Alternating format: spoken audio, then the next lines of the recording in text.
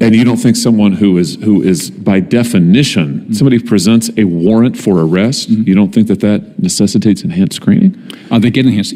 All of those individuals get enhanced screening. You just told me that it doesn't necessarily involve any interview with the federal security director, and you also said that you may well let them get on airplanes. And in fact, you've allowed at least 1,000 people to get on airplanes this year, calendar year alone. Right, but enhanced screening and getting on an airplane are two very different things.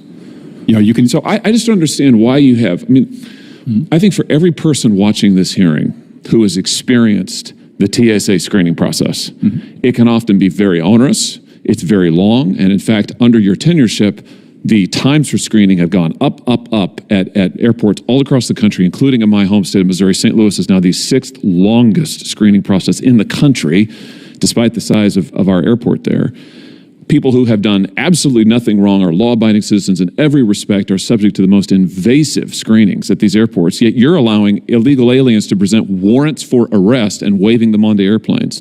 How does that make sense? Not doing that, sir. You just told me that you've let 1,000 people travel on airlines who present to you warrants for arrest. Yes, right? Sir. And they present those warrants. That warrant is the beginning of an identity verification process, which follows. Why isn't it the end? Why isn't that the end of the process? And you say, sorry, you have a warrant for an arrest. We're not going to allow you to get on an airplane. Because we want to identify who is presenting themselves at the screening checkpoint and ensure that those individuals get the right level of screening. For folks that do not have the acceptable forms of ID that we list on our webpage, they all receive enhanced screening. So every single person that presents a warrant receives enhanced screening before they're allowed to get on an aircraft. Now, if they don't pass that screening, they don't get on the aircraft.